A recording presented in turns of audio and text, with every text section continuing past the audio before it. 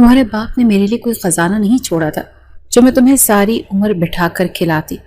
22 لاکھ مل رہے ہیں مجھے تمہارے، چپ چاپ نکاح کر لو ورنہ جان سے مار دوں گی۔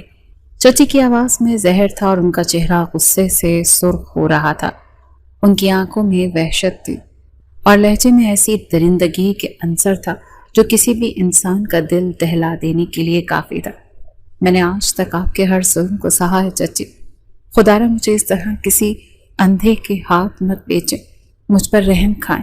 زمل فرش پر بیٹھی رو رہی تھی اور اس کے ہاتھ چچی کے قدموں میں تھے۔ اس کے والدین 10 سال قبل کار حادثے میں وفات پا گئے تھے اور تب سے وہ اس ظالم عورت کے رحم و کرم پر تھی۔ اس نے 10 سال اس گھر میں ایک ملازمہ سے بدتر زندگی گزاری تھی۔ رحم اور وہ بھی تم پر؟ تم جیسی منحوس لڑکی نے اس گھر میں قدم رکھا اور میرے شوہر کا کاروبار تباہ ہو گیا۔ اب یہ 22 لاکھ میری اس محنت کا صلہ ہے جو میں نے تمہیں پالنے میں ضائع کی ہے۔ چچی نے بے دردی سے زمل کے بال کھینچے اور اسے زمین پر دھکا دیا۔ ان کی گرفت اتنی سخت تھی کہ زمل کے سر میں شدید درد کی لہریں دوڑنے لگی تھیں۔ میں یہ نکاح نہیں کروں گی، آپ مجھے مجبور نہیں کر سکتی۔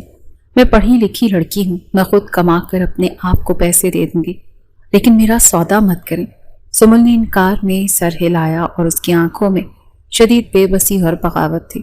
وہ جانتی تھی کہ اس کی چچی پیسوں کے لیے کچھ بھی کر سکتی ہے، لیکن اسے یہ اندازہ نہیں تھا کہ وہ اسے ایک اندھے شخص کے ہاتھ بیچ دیں گی۔ تمہاری اتنی ہمت کہ تم میرے سامنے زبان چلاؤ؟ اب تم دیکھو میں تمہارے ساتھ کرتی کیا ہوں۔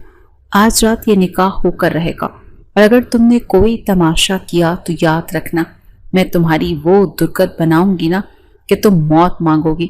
چچی نے غضبناک لہجے میں کہا اور زمل کو بازو سے پکڑ کر گھسیٹتے ہوئے ایک کمرے کی طرف لے گئی تھی۔ زمل نے مزاحمت کی پوری کوشش کی، لیکن وہ چچی کی طاقت کے سامنے بے بس تھی۔ چچی نے اسے ایک اندھیرے کمرے میں دھکا دیا اور باہر سے سختی سے کنڈی لگا دی۔ زمل فرش پر گر پڑی اور پھوٹ پھوٹ کر رونے لگی۔ اس نے دروازے کو پیٹنا شروع کیا۔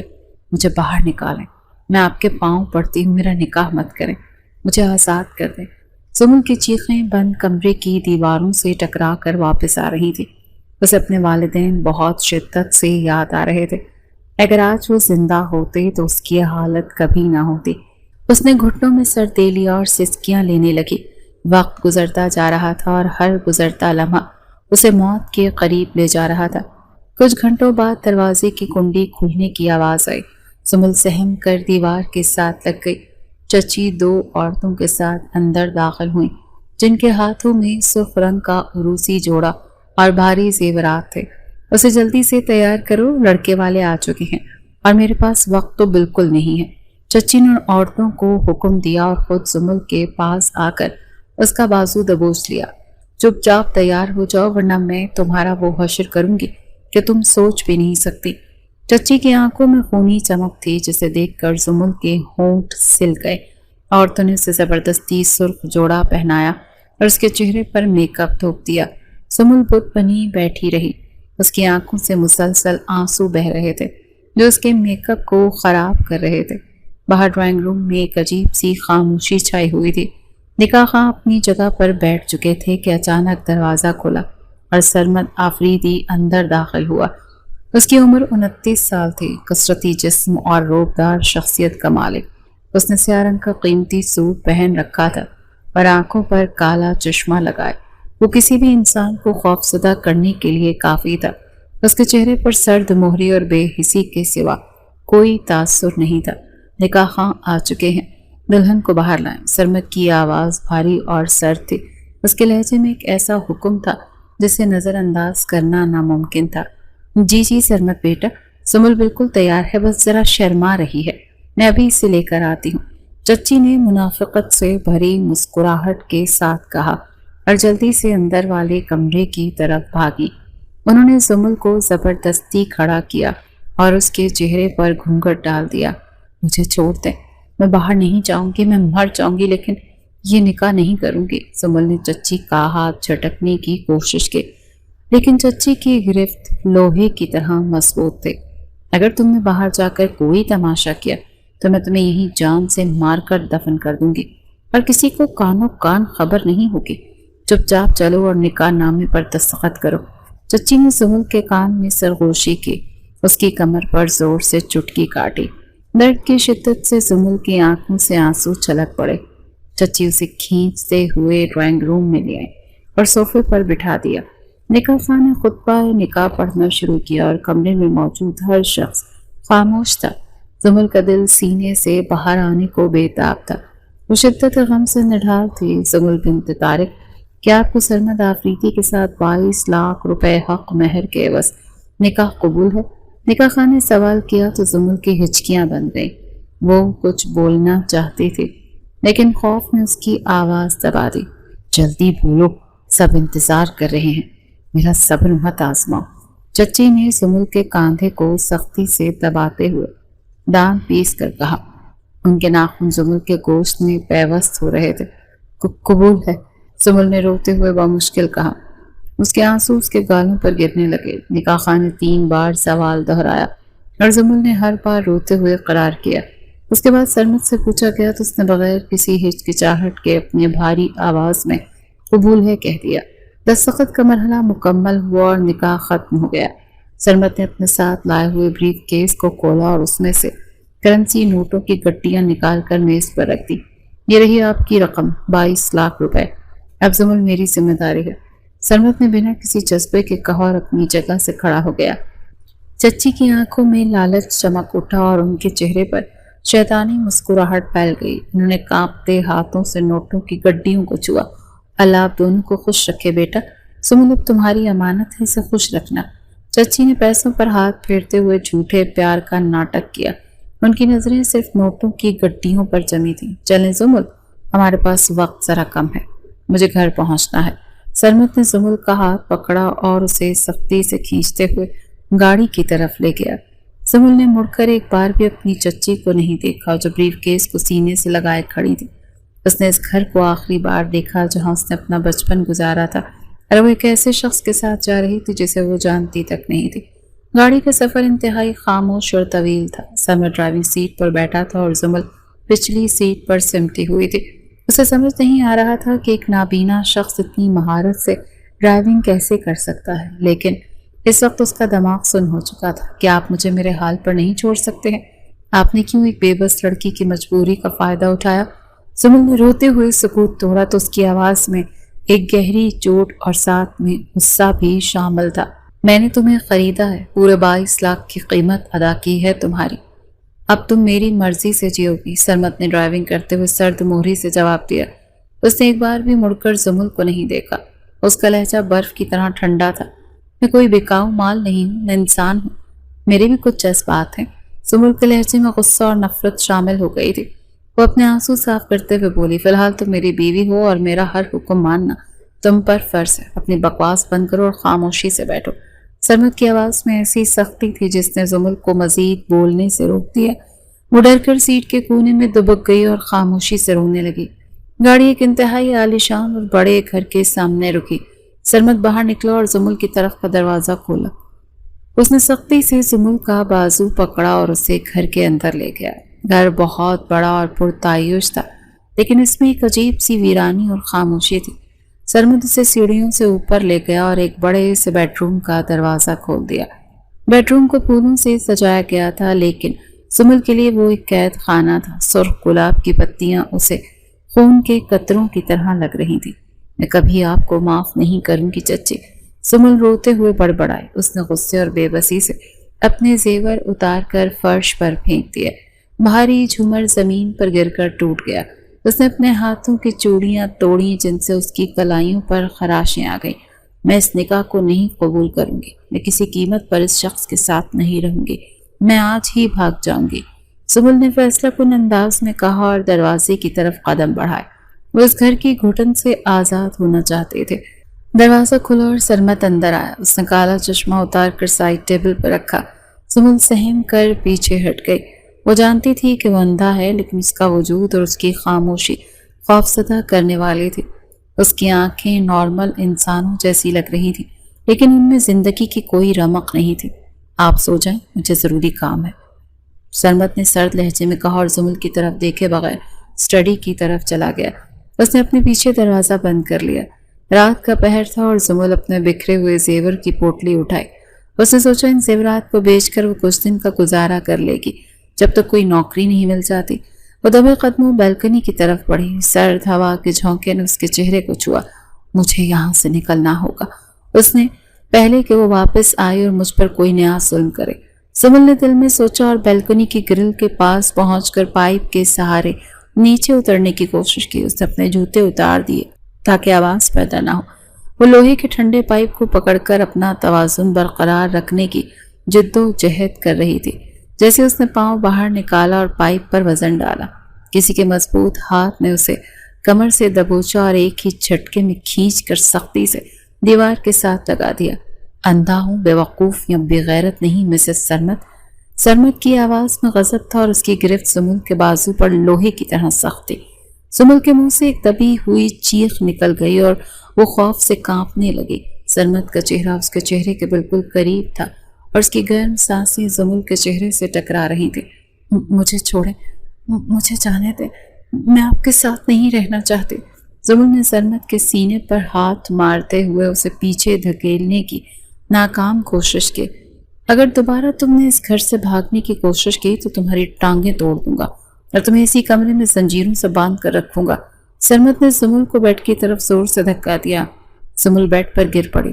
سرمد نے بیلکنی کا شیشے والا دروازہ لاک کیا، پھر کمرے کے مین دروازے کو اندر سے لاک کر کے چابی اپنی جیب میں ڈال لی۔ آپ ایک ظالم انسان ہیں، میرا سودا کرنے والوں سے بھی بدتر ہے، آپ نے مجھ پر رحم کیوں نہیں کھایا؟ زمل بیڈ پر گرتے ہوئے چلائے۔ اس کی آنکھوں میں خوف کے ساتھ ساتھ شدید نفرت بھی تھی۔ تمہاری بکواس سننے کا میرے پاس وقت نہیں ہے، چپ چاپ سو جاؤ ورنہ مجھ سے برا کوئی نہیں ہوگا۔ سرمد نے اپنی مخصوص سرد مہری سے کہا اور کمرے میں موجود ایک لمبے صوفے پر جا کر لیٹ گیا۔ اس نے ایک کمبل اپنے اوپر ڈال لیا اور آنکھیں بند کر لیں۔ زمل ساری رات بیڈ پر بیٹھی جاگتی رہی۔ اس کی آنکھوں سے نیند کوسوں دور تھی۔ اگلی صبح زمل کمرے میں قید تھی۔ سورج کی روشنی کھڑکی سے اندر آ رہی تھی، لیکن زمل کے دل میں گہرا اندھیرا تھا۔ وہ سرمد سے بری طرح خوفزدہ تھی اور رات کے واقعے نے اسے مزید سہما دیا تھا۔ مجھے اس عذاب سے چھٹکارا کیسے ملے گا؟ کیا میری ساری زندگی اسی قید میں گزر جائے گی؟ زمل نے کھڑکی سے باہر آسمان کی طرف دیکھتے ہوئے سوچا۔ اس کے دماغ میں فرار کے نئے راستے گردش کر رہے تھے، لیکن سرمد کی دھمکیوں سے خوف زدہ کر رہے تھے۔ کمرے کا دروازہ کھلا اور صفائی کرنے والی ایک ادھیڑ عمر ملازمہ اندر آئی۔ اس نے زمل کو ہمدردی بھری نظروں سے دیکھا، لیکن کچھ نہیں بولی۔ اس نے فرش صاف کیا، چیزیں سمیٹی اور جلدی میں غلطی سے لکڑی کی ایک بھاری کرسی راستے کے بالکل بیچ میں چھوڑ کر چلی گئی۔ کچھ دیر بعد سرمد کمرے میں داخل ہوا۔ زمل کی نظریں سرمد پر جمی تھیں اور اس کا دل تیزی سے دھڑکنے لگا۔ یہ کرسی سے ٹکرائے گا اور گرے گا اور اسے نظر تو کچھ نہیں آتا، زمل نے دل میں سوچا اور اس نظر کا انتظار کرنے لگی۔ وہ دیکھنا چاہتی تھی کہ سرمد جب گرتا ہے تو اس کا رد عمل کیا ہوتا ہے، لیکن سرمد چلتا ہوا اور بالکل ایک بینا انسان کی طرح بغیر کسی چھڑی کے اس کرسی کے پاس پہنچا۔ اس کے قدموں کی رفتار میں ذرا سی بھی کمی نہیں آئی۔ اس نے ان کرسی کے پاس پہنچ کر اپنا راستہ ہلکا سا بدلا اور کرسی سے بچ کر گزر گیا۔ زمل کی آنکھیں حیرت سے کھلی کی کھلی رہ گئی۔ یہ کیسے ممکن ہے کہ ایک اندھا شخص اتنی درستگی سے کیسے چل سکتا ہے؟ اسے کیسے پتا چلا کہ راستے میں کرسی ہے؟ زمل کے ذہن میں خطرے کی گھنٹیاں بجنے لگیں۔ اس کی حیرت اب شکوک و شبہات میں بدل رہی تھی۔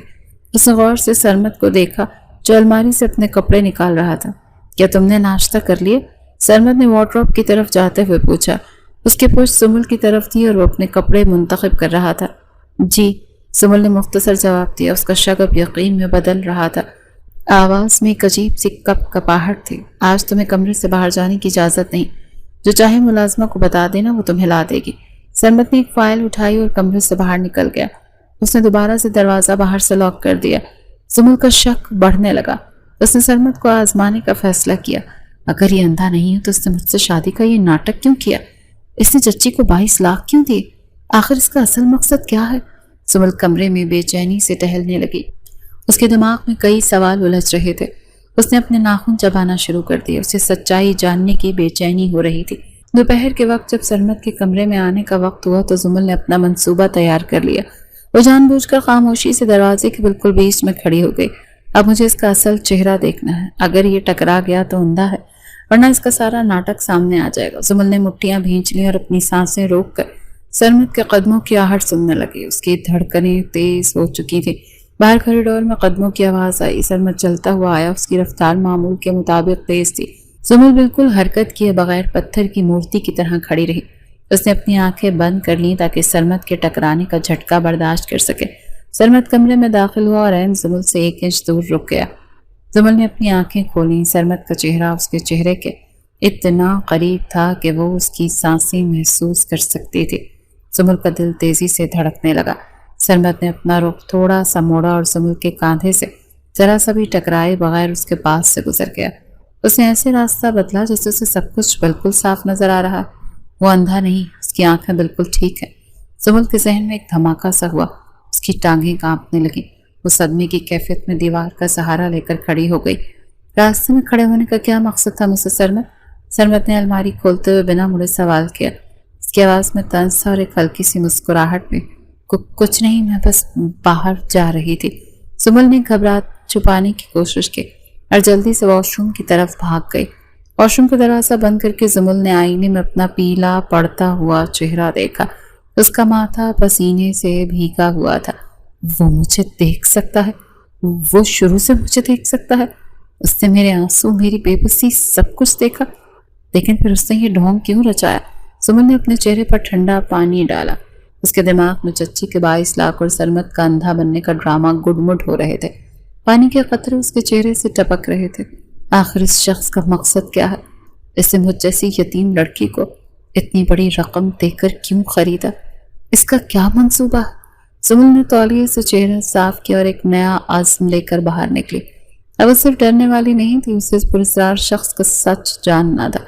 اس نے فیصلہ کر لیا کہ وہ اس گھر کے اندھیروں میں چھپے رازوں کو بے نقاب کر کے رہے گی، چاہے اس کے لیے اسے کوئی بھی قیمت چکانی پڑے۔ دن کا باقی حصہ زمل کے لیے کسی طویل اور اذیتناک صدی کی طرح گزرا تھا۔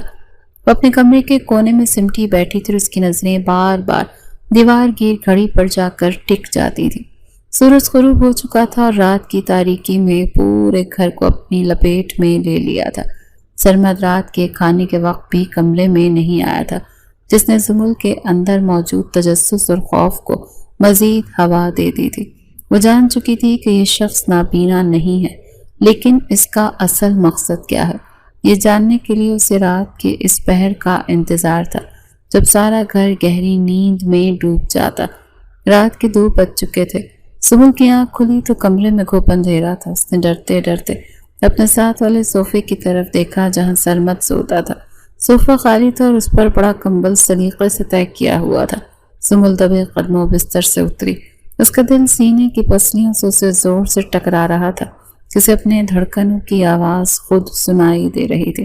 اس نے دروازے کا ہینڈل انتہائی احتیاط سے گھمایا تاکہ کوئی آواز پیدا نہ ہو۔ راہداری میں مکمل خاموشی تھی، لیکن اسٹڈی روم کے دروازے کے نیچے سے روشنی کے ایک ہلکی سی لکیر باہر آ رہی تھی۔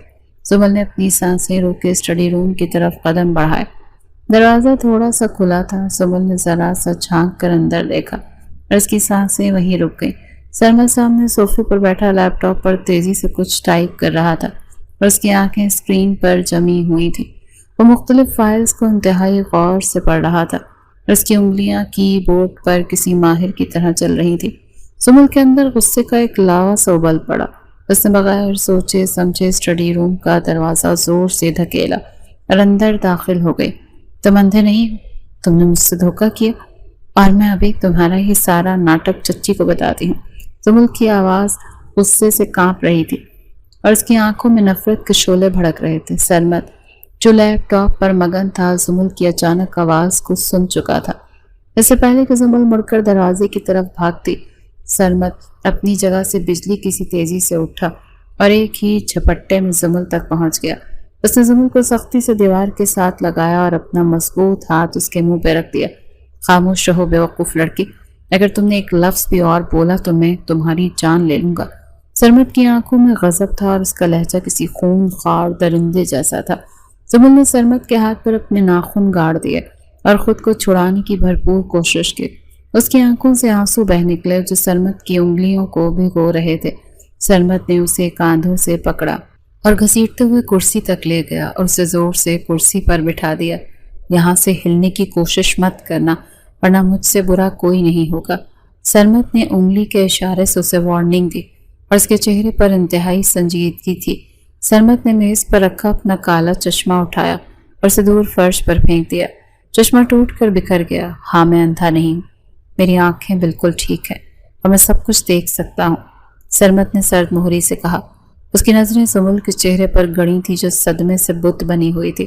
تو تم مجھ سے شادی کا یہ ناٹک کیوں کر رہے تھے؟ میری چچی کو اتنی بڑی رقم کیوں دی؟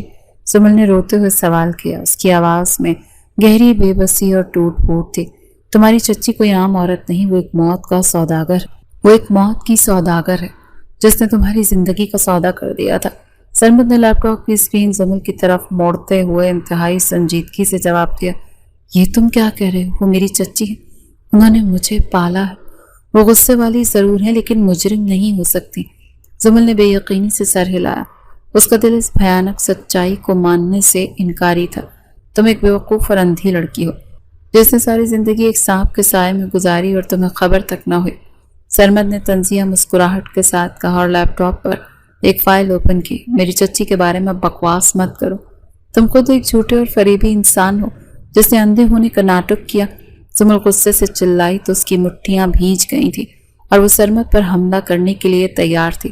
سرمد نے اسے کرسی کے ہتھے سے سختی سے پکڑا اور اسکرین کی طرف اشارہ کیا۔ اس تصویر کو ذرا غور سے دیکھو اور پھر مجھے بتاؤ کہ تمہاری چچی کیا ہے۔ سرمد کا لہجہ برف کی طرح ٹھنڈا اور کاٹدار تھا۔ زمل نے کانپتی ہوئی نظروں سے اسکرین کی طرف دیکھا۔ وہاں اس کی چچی ایک تصویر تھی جس میں وہ ایک عربی لباس میں ملبوس بوڑھے شخص کے ساتھ بیٹھی تھی اور بیچ میں پیسوں سے بھرا ایک بیگ رکھا تھا۔ یہ کون ہے اور چچی اس کے ساتھ کیا کر رہی ہے؟ زمل کی آواز میں ہکلاہٹ کا شکار ہو گئی۔ اس کے ماتھے پر پسینہ آ گیا۔ یہ دبئی کا ایک بہت بڑا اسمگلر اور ہیومن ٹریفکر ہے اور تمہاری چچی تمہیں 50 لاکھ کے وزن شخص کو بیچ چکی تھی۔ سرمد نے ایک ایک لفظ چبا کر ادا کیا۔ اس کی آنکھوں میں اس مافیا کے لیے شدید نفرت تھی۔ نہیں، ایسا نہیں ہو سکتا، یہ تصاویر جھوٹی ہے، تم مجھے بیوقوف بنا رہے ہو۔ زمل نے اپنے دونوں ہاتھوں سے چہرہ چھپا لیا۔ وہ شدت کرب سے کانپ رہی تھی۔ میں ایک خفیہ ایجنسی کا انڈر کور ایجنٹ ہوں اور تمہاری چچی خطرناک ڈرگ اور ہیومن ٹریفکنگ کی مافیا کا ایک اہم مہرہ ہے۔ سرمد نے اپنی جیب سے ایک شناختی کارڈ نکال کر زمل کی گود میں پھینکا جس پر اس کی وردی والی تصویر اور ایجنسی کا مونوگرام تھا۔ تم نے مجھے کیوں خریدا؟ اگر تم پولیس والے ہو تو تم نے انہیں گرفتار کیوں نہیں کیا؟ زمل نے آنسو بھری آنکھوں سے کارڈ کو دیکھا اور پھر سرمد سے سوال کیا۔ اس کی آواز میں گہری الجھن تھی۔ ہمیں اس مافیا کے سرغنہ تک پہنچنا تھا۔ تمہاری چچی صرف ایک پیادہ ہے، اصل باس کوئی اور ہے۔ سرمد نے کرسی کھینچ کر زمل کے سامنے بیٹھی اور اسے تفصیل سے سمجھانا شروع کیا۔ میں نے اس ڈیل کو بیچ میں کاٹا ہے اور اندھا بن کر تمہاری چچی کو 22 لاکھ کی آفر دی تاکہ میں تمہاری چچی کے ذریعے مافیا کے نیٹ ورک تک رسائی حاصل کر سکوں۔ سرمد نے زمل کی آنکھوں میں براہ راست دیکھتے ہوئے کہا۔ اس کے لہجے میں ایک پیشہ ورانہ متانت تھی۔ تم نے ایک مشن کے لیے میری زندگی برباد کر دی، مجھے ایک اندھے کے ساتھ باندھ کر میری تذلیل کی۔ زمل نے نفرت سے سرمد کو دیکھا۔ اس کے دل میں اس شخص کے لیے کوئی ہمدردی نہیں تھی۔ اگر میں ایسا نہ کرتا تو آج رات تم دبئی کے کسی قہوہ خانے میں ایک بڈھے کی غلامی کر رہی ہوتی۔ سرمد کی آواز یکدم اونچی اور غضبناک ہو گئی۔ اس نے زمل کو حقیقت کا آئینہ دکھایا۔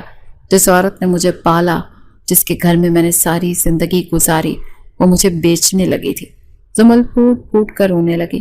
اس کے آنسو اس کے گالوں کو بھگو رہے تھے اور وہ درد سے دوہری ہو رہی تھی۔ میں نے اس کے ہر ظلم کو سہا، اس کے گھر کے برتن دھوئے، اس سے میری قیمت لگا دی۔ زمل زمین پر بیٹھ گئے اور اپنے گھٹنوں میں سر دے کر ہچکیاں لینے لگی۔ اس کا سارا وجود دکھ سے ٹوٹ چکا تھا۔ رونے کا وقت نہیں، اگر تم زندہ رہنا چاہتی ہو اور اس عورت کو انجام تک پہنچانا چاہتی ہو تو تمہیں میری مدد کرنا ہوگی۔ سرمد نے سختی سے زمل کا کاندھا پکڑ کر اسے کھڑا کیا۔ اس کے لہجے میں کوئی ہمدردی نہیں تھی بلکہ ایک کمانڈر جیسی سختی تھی۔ میں کیا کر سکتی ہوں؟ میں تو ایک عام سی لڑکی ہوں، مجھے ان خطرناک لوگوں سے ڈر لگتا ہے، زمل نے خوفزدہ لہجے میں کہا۔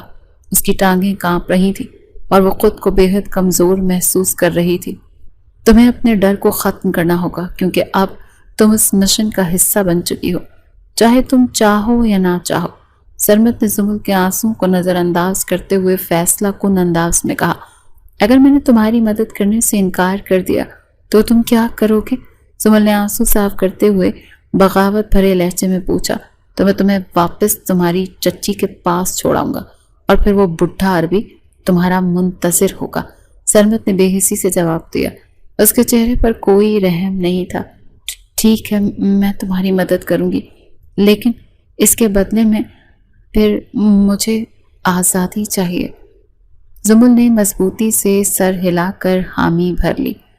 اس کی آنکھوں میں اب خوف کی جگہ انتقام کی چمک تھی۔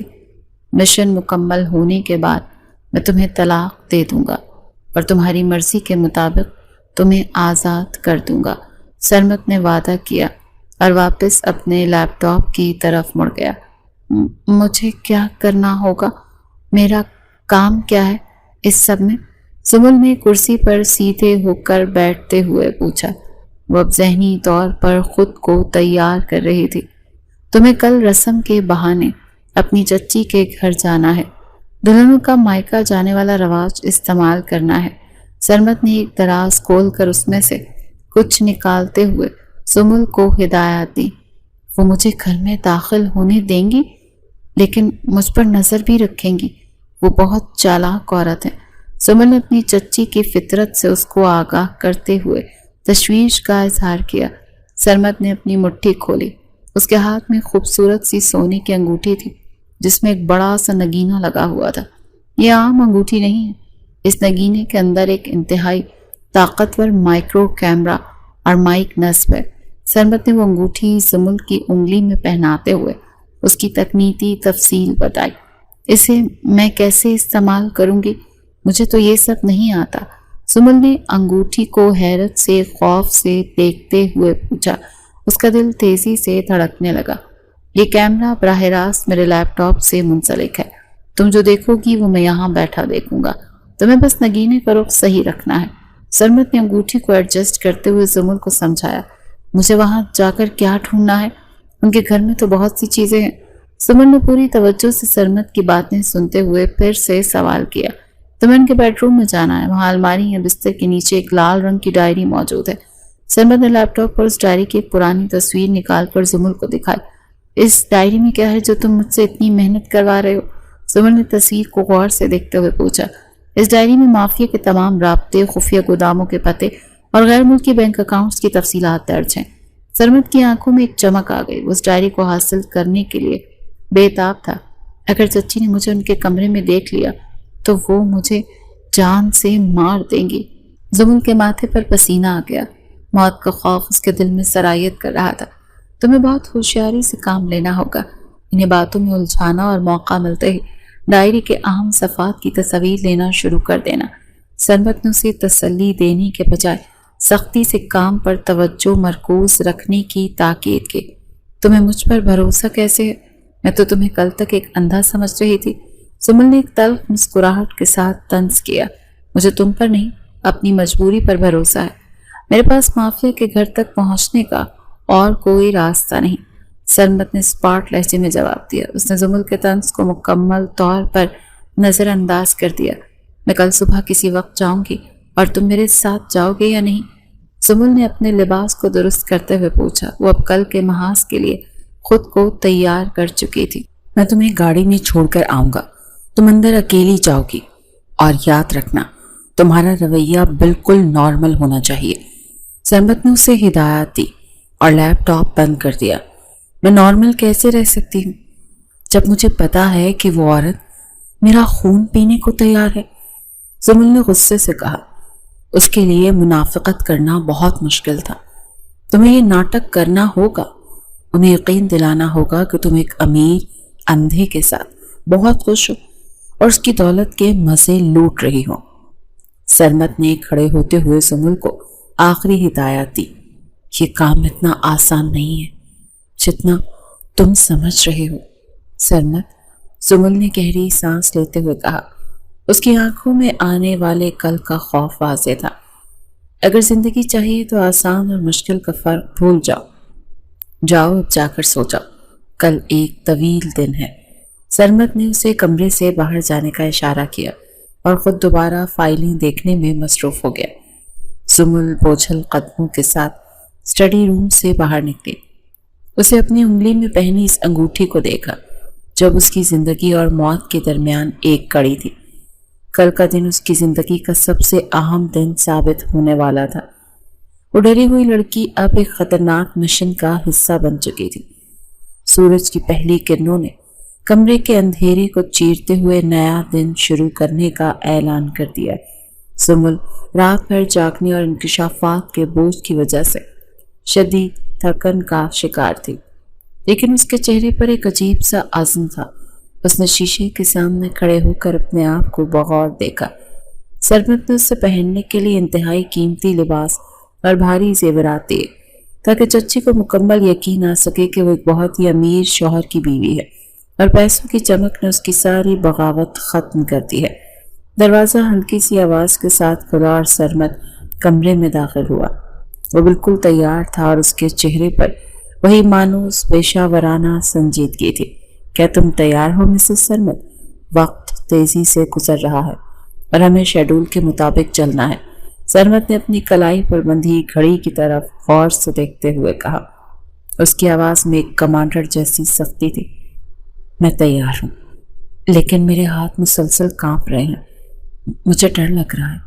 سمل نے اپنی انگلی میں پہنی اس خاص انگوٹھی کو دیکھتے ہوئے گھبراہٹ کا اظہار کیا جس میں خفیہ کیمرہ نصب تھا۔ ڈر کو اپنے ذہن سے مکمل طور پر نکال دو۔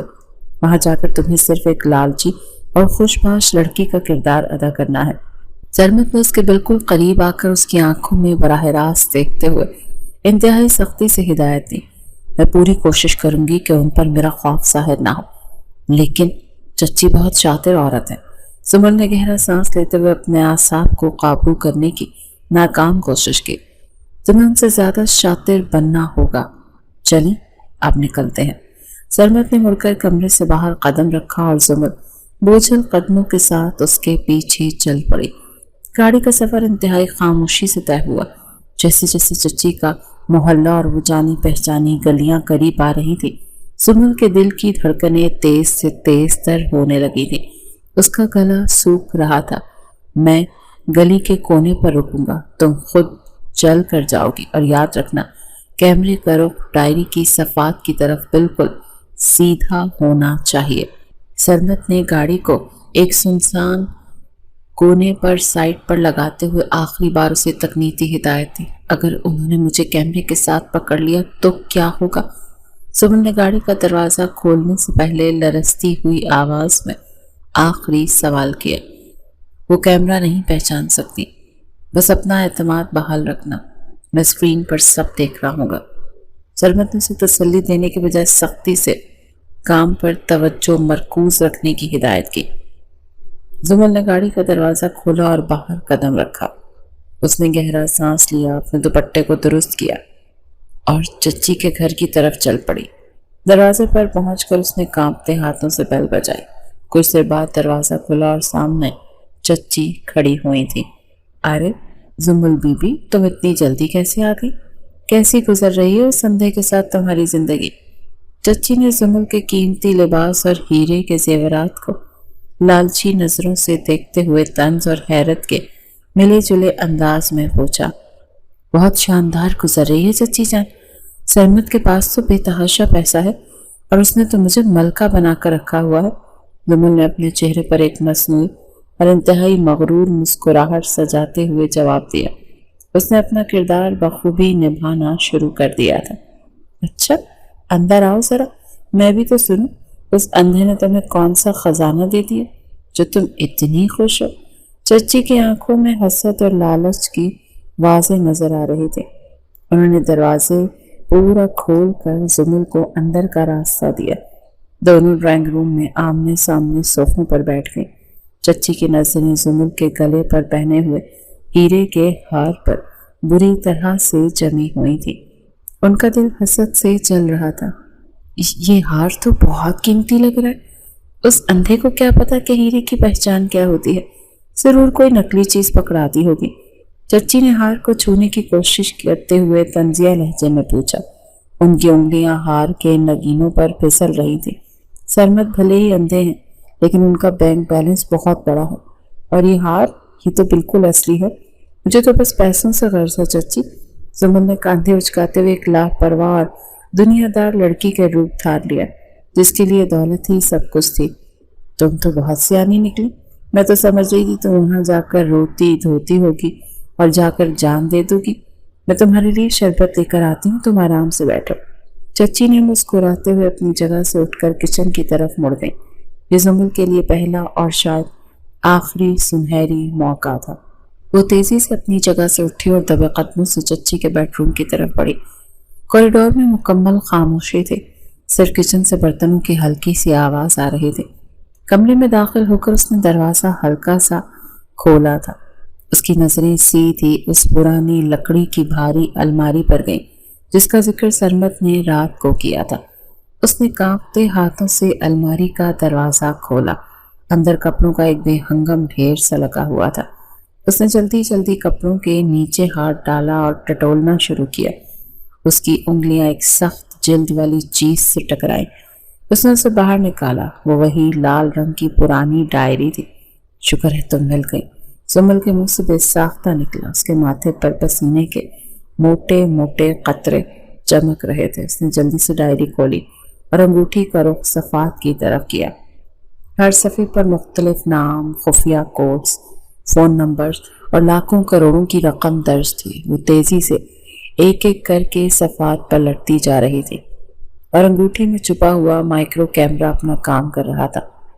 دوسری طرف سرمد اپنی گاڑی میں لیپ ٹاپ کھولے بیٹھا تھا۔ اسکرین پر ڈائری کے صفحات بالکل واضح اور صاف نظر آ رہے تھے۔ بہت اچھے زمل، بس تھوڑا سا اور، تم بہت شاندار کام کر رہی ہو۔ سرمد نے اسکرین کو زوم کرتے ہوئے خود کلامی کی۔ اس کی آنکھوں میں ایک بڑی کامیابی کی چمک عیاں تھی۔ زمل ابھی آخری چند صفحات کی تصویر لے ہی رہی تھی کہ اچانک کوریڈور میں بھاری قدموں کی آواز گونجی۔ زمل، تم کہاں چلی گئی؟ شربت تیار ہے۔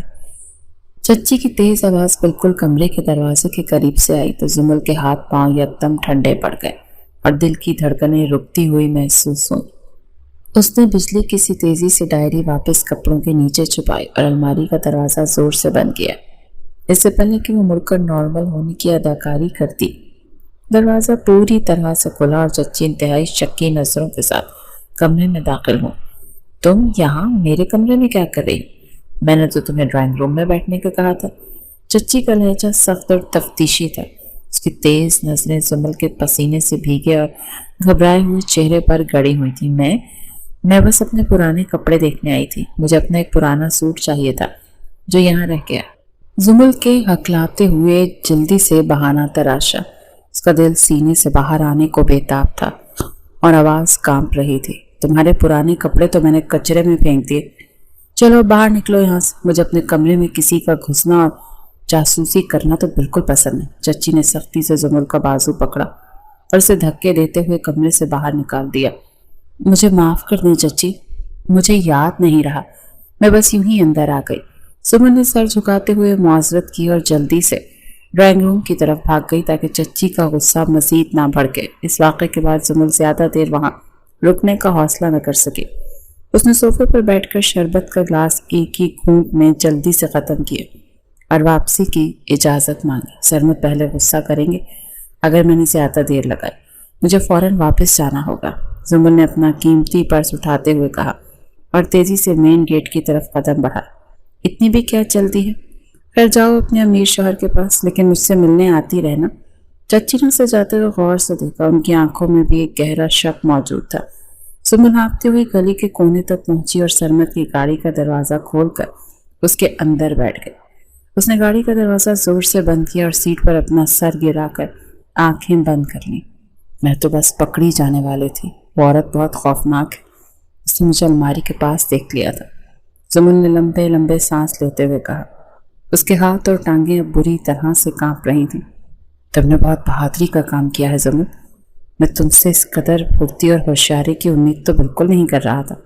سرمد نے لیپ ٹاپ بند کرتے ہوئے اس کے سرد اور سپاٹ لہجے میں پہلی بار زمل کے لیے کھلی ستائش موجود تھی۔ کیا تمہیں وہ سب مل گیا جو تمہیں چاہیے تھا؟ کیا میرا وہاں جانا کارآمد ثابت ہوا؟ زمل نے اپنی انگلی سے انگوٹھی کو اتار کر سرمد کے حوالے کرتے ہوئے بے چینی سے پوچھا۔ ہاں، اس ڈیٹا سے پتہ چلا ہے کہ پرسوں رات مافیا کا ایک بہت بڑا کنسائنمنٹ شہر کے مضافات میں پہنچنے والا ہے۔ سرمد کی آنکھوں میں ایک فاتحانہ چمک تھی۔ اس نے گاڑی کا انجن سٹارٹ کرتے ہوئے پرجوش انداز میں جواب دیا، کیا اس کا مطلب ہے کہ اب یہ سب کچھ ختم ہو جائے گا اور میں اس عذاب سے آزاد ہو جاؤں گی؟ زمل کے لہجے میں ایک نئی امید کی کرن جاگی۔ اس خوفناک صورتحال سے جلد از جلد مکمل چھٹکارا چاہتی تھی۔ اس کنسائنمنٹ کے ساتھ اس کا سرغنہ بھی وہاں موجود ہوگا۔ اب ہماری پوری تیاری کے ساتھ انہیں رنگے ہاتھوں پکڑیں گے۔ سرمد کے چہرے پر ایک سرد مسکراہٹ ابھری۔ اس کا پلان بالکل تیار تھا اور وہ دشمن کو ختم کرنے کے لیے بے تاب تھا۔ زمل سرمد کے زبردست اعتماد اور بہادری کو دیکھ کر مسکرائی۔ سے پہلی بار سرمد کے ساتھ تحفظ کا احساس ہوا۔ دوسری طرف چچی ڈرائنگ روم میں اکیلی بیٹھی گہری سوچوں میں گم تھی۔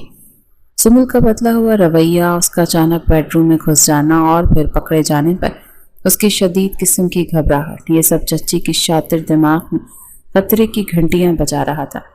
وہ لڑکی اتنی بھی بھولی نہیں تھی جتنی نظر آتی تھی۔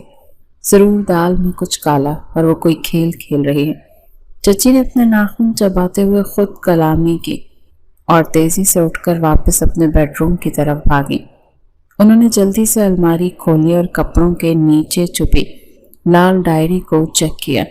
ڈائری اپنی جگہ پر موجود تھی، لیکن اس کے اوپر رکھے کپڑوں کی تہہ خراب ہو چکی تھی اور ترتیب بدلی ہوئی تھی۔ اس نے میری ڈائری کو ہاتھ لگایا؟ اس کا مطلب ہے وہ اندھا کوئی عام آدمی نہیں، بلکہ اس نے زمل کو جاسوسی کے لیے بھیجا ہے۔ چچی کی آنکھوں میں بیک وقت شدید خوف اور غصے کی ملی جلی کیفیت ابھر آئی۔ انہیں اپنا سارا نیٹ ورک اور اپنی جان خطرے میں محسوس ہونے لگی۔ انہوں نے جلدی سے اپنا فون نکالا، دروازہ اندر سے لاک کیا اور ایک خفیہ غیر ملکی نمبر ڈائل کیا۔ باس، ہم ایک بہت بڑا مسئلہ درپیش ہے۔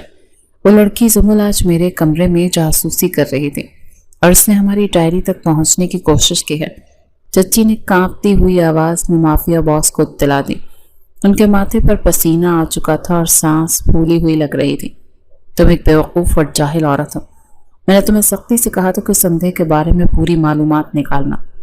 فون کے دوسری طرف سے ایک انتہائی بھاری اور گرجدار آواز آئی جس نے چچی کو مزید خوفزدہ کر دیا۔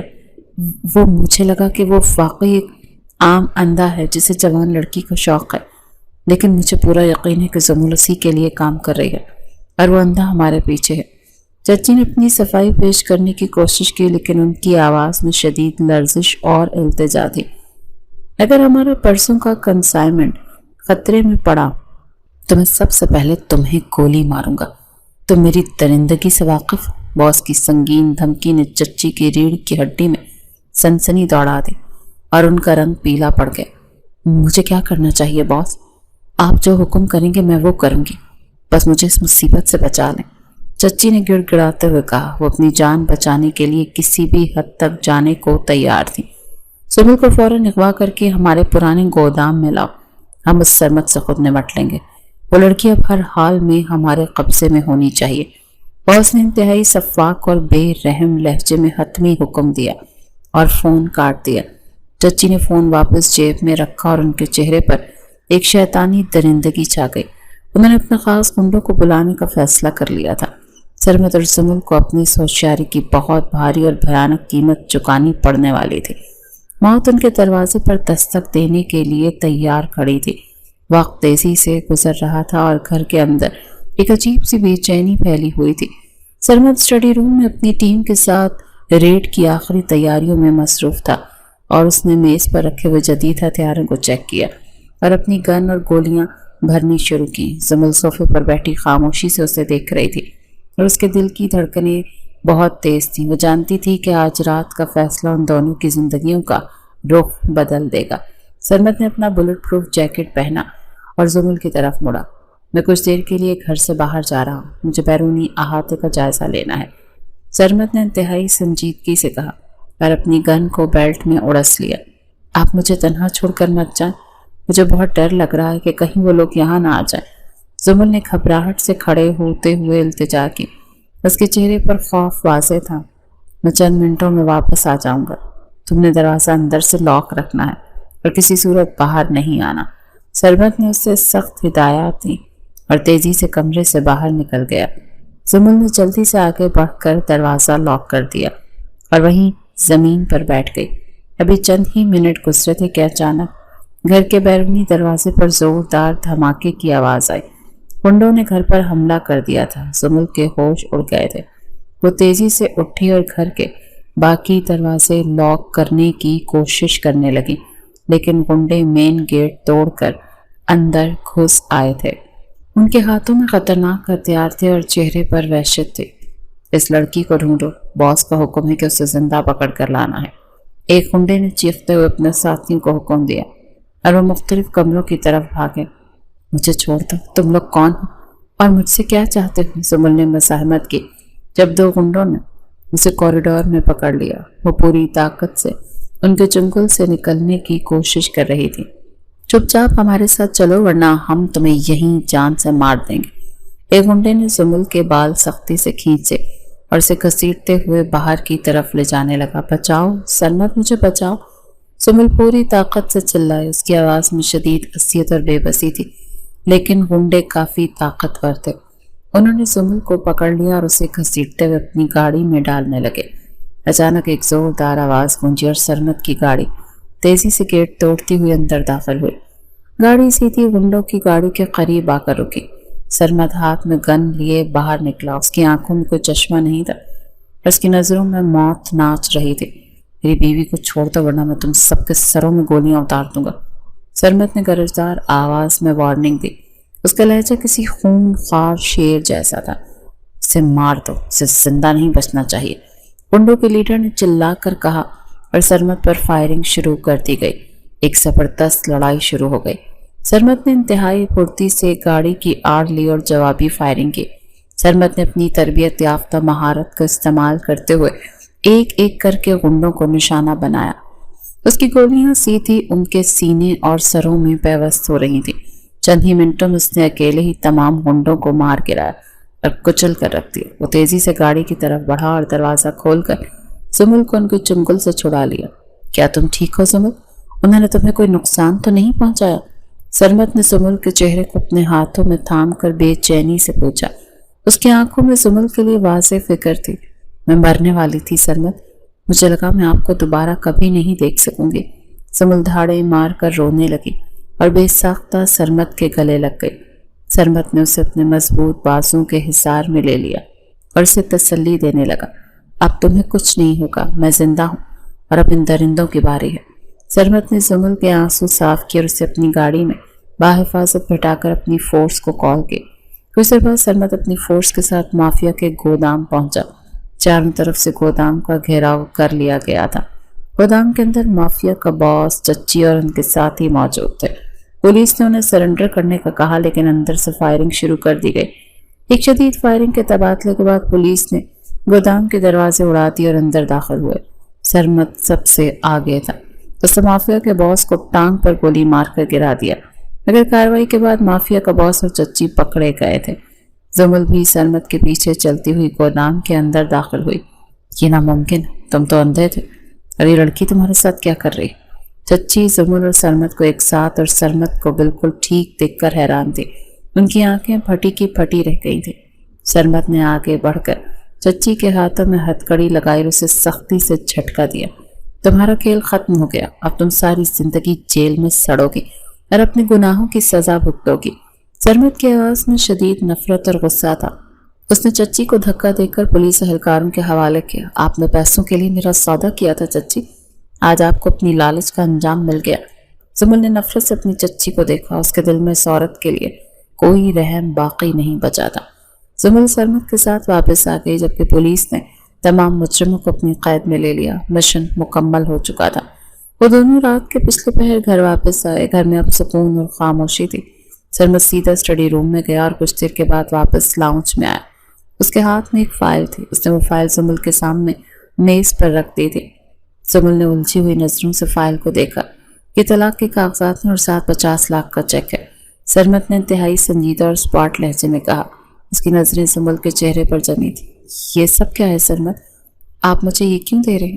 زمل کے چہرے کا رنگ اڑ گیا اور اس کی آواز میں ایک لرزش پیدا ہو گئی۔ میں نے اپنا وعدہ پورا کر دیا، مافیا ختم ہو چکا اور اب تم مکمل طور پر آزاد ہو۔